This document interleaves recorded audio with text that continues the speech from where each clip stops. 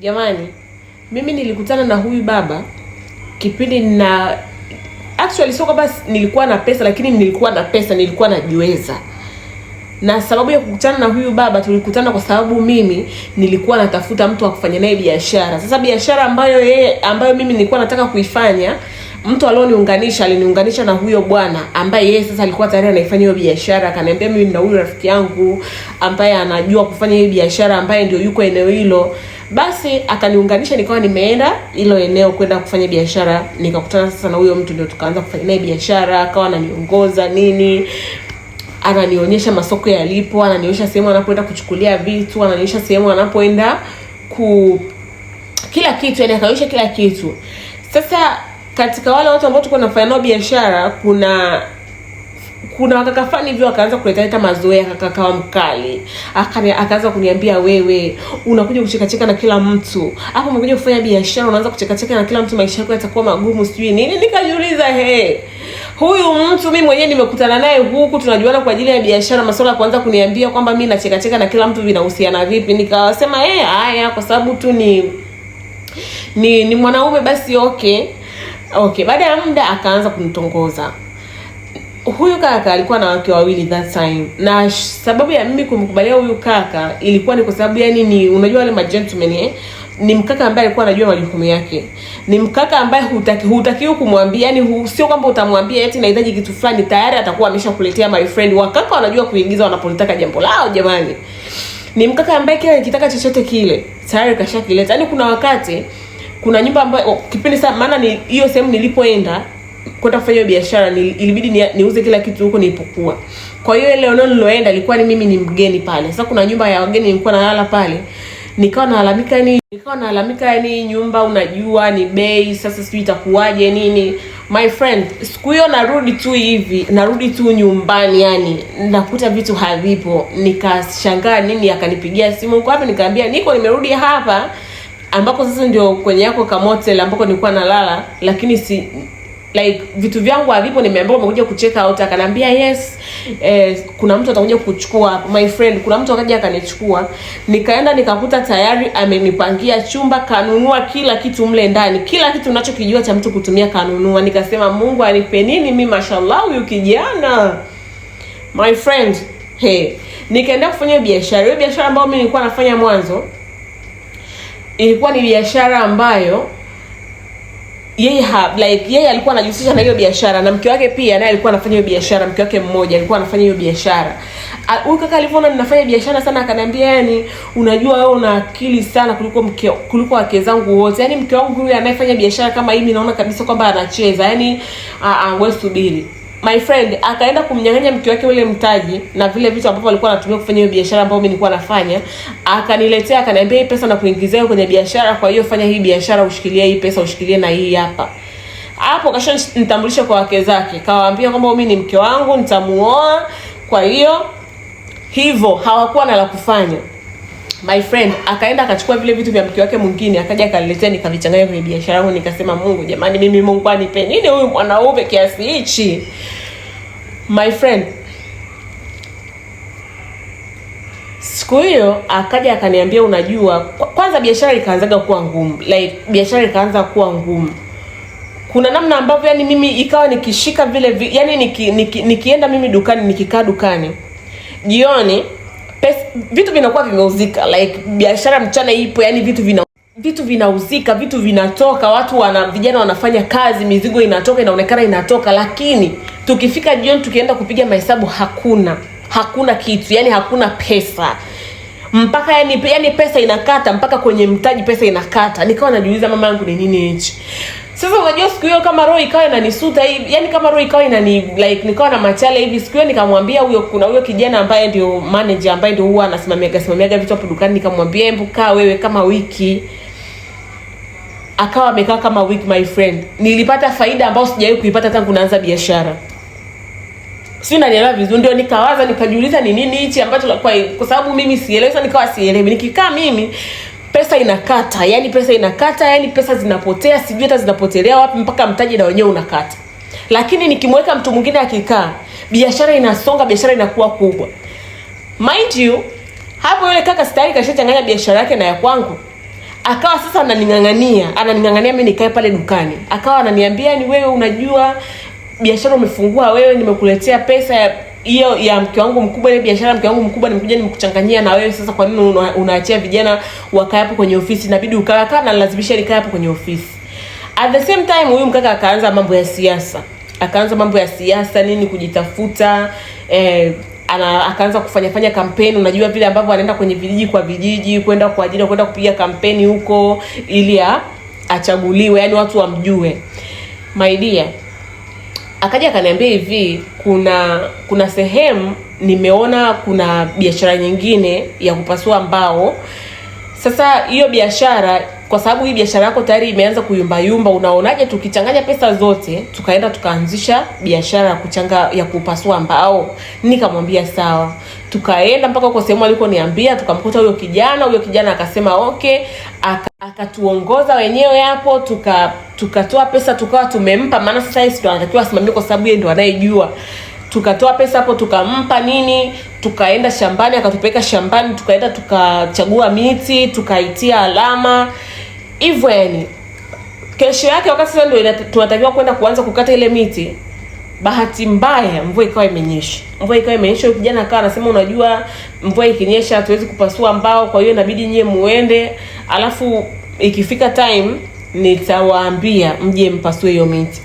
Nikawa nimetoka huko nilipotoka, nikaenda zangu mjini, nikamwacha huyo mwanaume huko akaendelea na biashara zake, kwa sababu yeye alikuwa anaenda kijiji kwa ajili ya kwenda kupiga kampeni. Basi mimi nikawa nimerudi. Sasa nikawa nimekaa kama wiki 2, yule kijana akawa hajapiga simu. Kuna mtu mmoja ambaye nilikutana naye kule, ambaye namfahamu kwenye hizi biashara, naye nilimkuta kule ameenda kushika hizo biashara. Akaniuliza, wewe Lizi, mbona huendi kupasua kule miti wakati mwenzako kashaanza kupasua miti, mbona huendi kusimamia biashara? Nikamuuliza ameanza kupasua. Akaniambia yule kijana tayari mbona kashapasua muda mrefu. Nikasema Mungu wangu, isije ikawa ninachokiwaza ndio nikilivyo. Nikaenda. Sasa nilipoenda sikwenda kule alipo yule, nilienda kule shambani nikaangalia kama ile miti ambayo niliitia alama ambayo tulinunua imepasuliwa.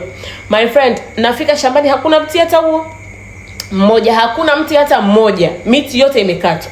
Nikarudi nikaenda mpaka pale alipokuwa anapasulia mbao, nikaenda nikamuuliza, wewe ulisema kwamba utanipigia simu, mbona hujanipigia? Akaniambia, madam, nilikuwa nataka nikupigie simu lakini mambo yakawa mengi, lakini usijali, ngoja nitakuambia ndani ya siku 2 hizi twende tukakate miti. Nikamuuliza tukakate miti gani wakati miti yote ushaikata kule shambani? Akaanza kuniambia, kwa hiyo umeenda kule shambani? Nikamwambia yes, nimeenda na miti yote umekata. Akaanza, madam, unajua miti niliikata, nitaka nikusaidie, lakini nimekuta miti yote mibovu. Mind you, wakati ananiambia amekata miti yote ameikuta mibovu, kuna magari yako hapo, mbao ziko hapo ni nyingi, yani kuna mbao ambazo ziko nyingi, unajua kabisa kwamba hii ni stock ambayo mtu kakata miti, yani stock iko pale, mbao ni nyingi vibaya sana, kapasua miti iko pale, kapasua miti mingine iko pale. Nikamuuliza nikamwambia, hiyo miti si ndio miti ambayo tulienda kuchagua kule? Akaniambia, hapana madam, hiyo sio miti yako, hiyo ni miti ya mtu mwingine, alienda akainunua ndio akaja akaniletea, lakini hii si miti yako. My dear, nikiwaambia nilichoka, nikasema Mungu wangu, hapo pesa yote nilokuwa nayo, pesa yote nawaambia ambayo ilikuwa kwenye account ambayo nimefanya kazi ambayo nilikuwa nayo tangu mwanzo, ambayo yule mwanaume zote nilikuwa nazo, yani zote nilienda nikaitia kwenye biashara. My friend, nikaondoka. Huyo kijana akaanza kunizungusha, ukimpigia simu hapokei, ukimtumia message hajibu. Nikamtafuta yule bwana. Hapo kidogo tumeanza kugombana na yule bwana. Nikamtafuta yule bwana. Siku wakati tupo nikamwambiaje, wewe tumetapeliwa. Wewe yule mtu ndio ulimtafuta wewe. Huyo mtu katutapeli. Amechukua pesa yetu na ile miti ambayo tulinunua kaenda kuifanya nini? Kaenda kuikata. Wewe hujaona, kwa nini usimpigie simu kaongea naye? Nikishamwambia hivyo ndio anachukua simu anampigia eti, wewe hiyo pesa yetu rudisha, maana unanitaka kuniharibia ndoa yangu. My friend, tulipigizana kelele na yule kaka. Hizo pesa zilikuwa ni zaidi ya milioni 200 ambao tulienda kumpa yule kaka. Nakwambia yule kaka alichokifanya, akaanza kulipa pesa kidogo, na hiyo pesa alikuwa analipa kidogo kwa sababu yani ukimpigia simu vile, ukimtukana, ukimfokea, ndo anaweza kukutumia labda 500,000, milioni hivyo. Yani mpaka leo ninavyowaambia hajawahi kulipa zaidi ya milioni 20. Baada ya muda yule kaka nikamuona, nikawa nasikia sasa, kwa sababu unajua mtu unayemdai unafuatilia, my friend, nikasikia kaanza kununua magari, mara kanunua nyumba, mara kanunua matrailer, mara kanunua mashine za kukatia ambao, yani nikwambie ni kwamba alitajirika kupitia ile pesa. My friends, niwaambie tu hali ikawa mbaya. Unajua unatoka kutoka kushika milioni 200, 500 ngapi, pesa inaanza kukata mpaka inakuja inakata yote, pesa umemkabidhi mtu yote, alafu pesa imekata hivyo. Na alomtambulisha kwenye hiyo biashara ndio mwanaume wangu, ambaye na yeye sasa baada ya kuona kwamba pesa imetapeliwa akajifanya na yeye yuko busy, anajifanya apigi simu, anajifanya yuko busy na kampeni. My friend, hapo macho hata hayajafunguka my friend. Hapo nikaendelea sasa kumsaidia. Sasa hapo kwa sababu sasa biashara ishakufa, pesa ishatapeliwa, niko tu nimekuwa mama wa nyumbani, ndio ikabidi nianze sasa. Yule baba akawa ananiambia sasa, kwa sababu unajua mambo sasa hivi hauko busy, sasa hivi inabidi uanze kuwa unanisaidia kuzunguka baadhi ya maeneo, kwenda kunipigia kampeni, kwenda kuanza kuongea na raia, kwa sababu ni mtu maarufu, ni kiongozi maarufu ambaye alikuwa anagombea nafasi kubwa tu kwenye serikali. Jamani, sio serikali ya Tanzania alikuwa anagombea tu sehemu kubwa ya serikali.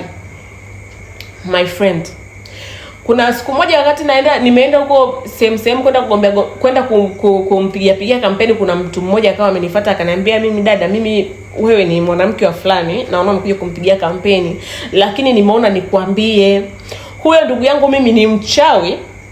Sio, unaelewa vizuri, ni mchawi, na hapo ulipo kashatumia nyota yako, kashatumia kila ulichonacho. Yaani hapo umebaki kama scraper. Sio, unanielewa vizuri. Mimi kwa akili zangu nikajua kwamba huyu, kwa sababu hawa ni unajua mambo ya siasa, nikajua tu haya ni mambo ya siasa bwana, ni mambo tu ya kuchonganisha, wananiambia hivyo kwa sababu ya masuala ya kisiasa basi. Kwa hiyo hata sikulichukulia maanani, yani sikulifikiria sana. My friend, tumepiga kampeni, yule kaka akapata kile kiti alichokuwa anakigombea, kiti cha siasa ambacho alikuwa anakigombea. From there nikawa mimi ni mtu wa kuumwa na yeye. Naumwa, mara naumwa vidonda vya tumbo, mara sijui naumwa vitu ambavyo havieleweki. Nikienda hospitali wananipa dawa, lakini hakuna dawa yoyote ambayo inanisaidia. Kila ninakozunguka, kila hospitali ninayozunguka wananiambia si tunaona tu dalili za vidonda vya tumbo, lakini hatuelewi. Nikaanza kutapika mpaka damu. Nikakonda, nikabaki kama moja. Yule baba sasa hapo kashapata chama chake cha siasa, akawa sasa yuko busy. Sio, unanielewa, yuko busy. Pale alipokuwa anatoa labda alikuwa anaweza akatoa labda 50,000 laki ya kula, akawa anatoa 10,000 tu, 10,000 tu. Sio, unanielewa vizuri, na hiyo anakuja mara moja, maana hapo alikuwa kashanioa. Hapo akawa anakujaga mara moja. Anaweza kakata wiki 2 3 asije kabisa. Nikawa nikimwambia, kwa sababu sasa yani vidonda vikianza kuniuma mpaka naenda hospitali, naenda nalazwa. Nikimpigia simu nikimwambia, ananiambia tu nitumie bili ya hospitali, analipa juu kwa juu. Basi nilihangaika mimi na maradhi, niliumwa, nikawa ni mtu wa ndani tu. Yani mimi ni ndani, nikiamka kikombe changu kiko wapi, naekewa hapo kikombe cha kutapika damu, natapikia damu, basi sitoki sieni popote, kwa sababu yani niliisha, nikawa kama moja, nikawa kama makapi. Hata unajua hata ile motisha ya kutoka, yani kutoka nitoke nje sio nikafanya nini, hamna. Sina pesa, sina chochote. Mwanaume ndio huyo kashapata alichokuwa anakitaka, kashaondoka, biashara imekufa. Alafu ndio hivyo mwanaume sasa nimekaa ndani, ndio ile wazo la kuniambia kabisa kwamba yani wale walivyokuwa wananiambia, kwa sababu nilikutana na watu kama wawili wote wakaniambia huyo mwanaume ni mchawi vibaya sana. Mimi nikajua wananiambia tu kwa sababu ya vitu vya siasa, kwa sababu ya upinzani wa siasa. My friend, kuna kipindi mpaka nikawaza sijui nijiue, lakini nikasema siwezi kujiua kwa sababu nina mtoto. My dear, nimehangaika mimi. Nimeenda kwa waganga nchi tofauti hapa East Africa. Nimeenda kwa waganga. Nimehangaika, hakuna kinachokuwa.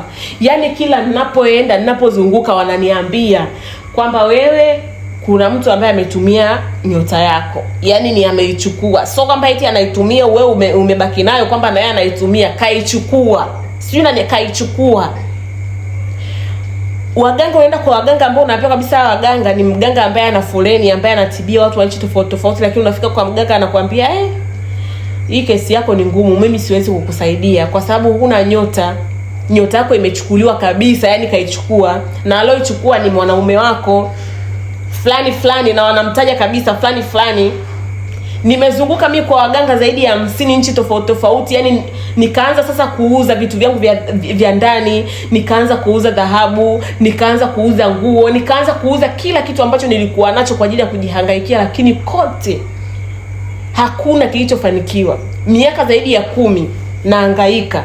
Yule bwana yuko sasa hivi ni kiongozi mkubwa tu. Mimi sina mbele, sina nyuma, sio mimi jamani mwenye story.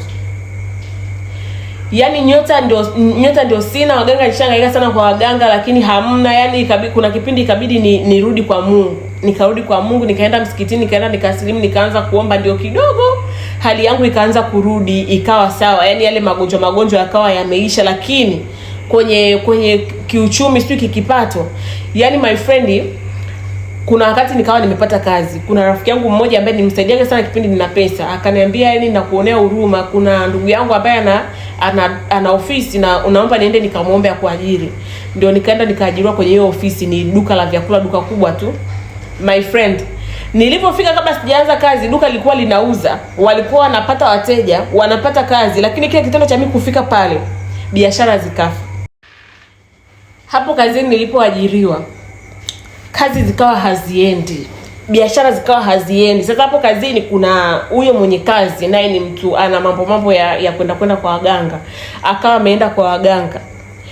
Ameenda kwa mganga mmoja akamwambia, bwana, biashara yako haina kazi, ofisi yako haina kazi, hakuna changamoto yote. Changamoto ni kuna mtu ambaye mmemwajiri hapo kama manager, ambayo manager mwenyewe ni mimi. Sio, unanielewa vizuri? Wakamwambia ni huyo manager ndio ambaye ana mwili mchafu, ambaye nyota yake imechukuliwa kabisa, yani ndio ambaye yuko hapo, yani ana kama kivuli ambacho kinamfuata. Kwa hiyo yani ukimuondoa tu hapo ofisini mambo yako yatakuwa sawa. Yule baba akaja akanifuata akaniambia, wewe najua umeletwa hapa na ndugu yangu, amesema anakusaidia, lakini hata mimi mwenyewe nitashindwa kukusaidia kwa sababu at the end of the day mimi nafanya biashara, nahitaji kufanya biashara. Kwa hiyo kama biashara haziendi, sitoweza kuvumilia, inabidi tu utaondoka. My dear, nilienda nyumbani, kaenda nikalia. Mimi hapa nawaambia, nishapigia ndugu, nishapigia marafiki. Kwanza marafiki zangu wengi, yani watu wengi kwenye maisha yangu, yani sasa hivi nimebaki sina watu kabisa kwenye maisha yangu, yani wengi wameniondokea katika maisha yangu, yani nimebaki, yani niko mtupu. Yani kuna wakati nikikaa nikifikiria natamani mpaka kujiua, kwa sababu yani mtu nilikuwa nashika mpaka milioni 200, 500. Sasa hivi hata nikiona shilingi 10,000 natetemeka. Ni mtu akiniambia nakusaidia 5,000, yani nafurahi sana, kwa sababu yani sina uwezo, yani sina. Yani nikiangalia hata wale watu ambao mimi nimewasaidia, ambao watu walikuwa chini yangu, sasa hivi wana magari, wana majumba, alafu mimi ambaye nilikuwa yani na maisha mazuri, mimi ndio nilikuwa juu yao, sasa hivi sina hata 100. Hakuna ninachokifanya kikafanikiwa. Na ubaya imekuja mpaka kwa mtoto wangu, maana mtoto wangu mimi ni mkubwa sasa hivi, ana miaka kama 20 kitu hivi. Kila anakoenda na mtoto wangu hakuna anachofanikiwa. Kila anachogusa ni kama mimi mama yake, hakuna kinachofanikiwa. Yani anaweza akaenda sehemu, wakaomba kazi watu 20, 19 wote wakapata kazi, alafu yeye asipate.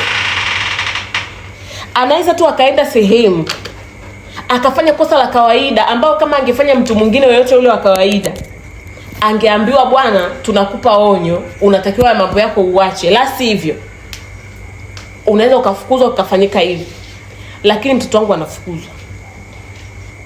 Yani anaweza akawafundisha watu kufanya kitu, alafu wale watu wakapata yani wakaanza kwenda kufanya kazi na watu maarufu, wakapata pesa, wakapata nini, lakini mtoto wangu hapati.